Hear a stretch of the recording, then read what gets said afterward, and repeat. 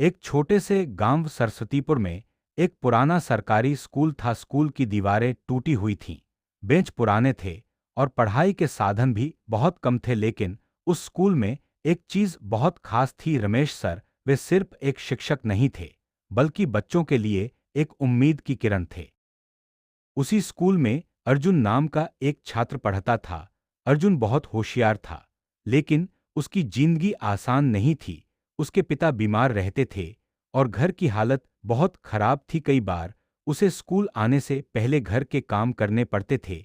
इसी वजह से वह अक्सर देर से स्कूल पहुंचता था। एक दिन अर्जुन फिर से देर से क्लास में आया। वह डरते डरते दरवाजे के पास खड़ा हो गया।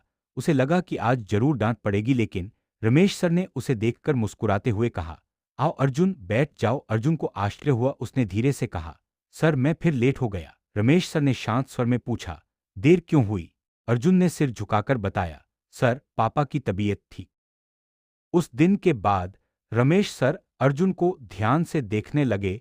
उन्होंने समझ लिया कि यह लड़का मेहनती है, बस उसे सही मार्गदर्शन की जरूरत है।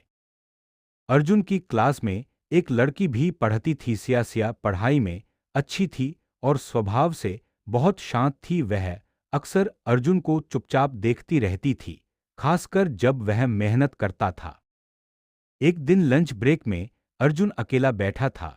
उसके पास खाने के लिए कुछ खास नहीं था। तभी सिया उसके पास आई और बोली, तुम हमेशा अकेले क्यों बैठते हो? अर्जुन थोड़ा झिझक गया और बोला, ऐसे ही आदत है। सिया मुस्कुराई और अपना टिफिन उसकी ओर बढ़ाते हुए बोली, आज से ये आदत बदलो। अर्जुन ने पहले मना किया, लेकिन सिया के बार बार कहने पर उसने थोड़ा सा खाना ले लिया। उस दिन पहली बार अर्जुन को लगा कि कोई उसकी परवाह करता है।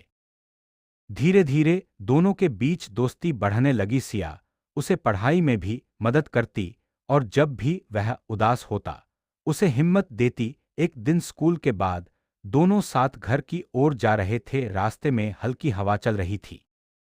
सिया ने धीरे से पूछा, अर्जुन तुम इतने चुप क्यों रहते हो? अर्जुन ने कुछ देर चुप रहकर कहा, क्योंकि मुझे डर लगता है कहीं मेरे सपने पूरे ना हो पाए। सिया ने मुस्कुराकर कहा, अगर तुम मेहनत करोगे तो जरूर पूरे होंगे और मैं तुम्हारे साथ हूं। अर्जुन ने पहली बार किसी की आंखों में देखकर खुद पर भरोसा महसूस किया।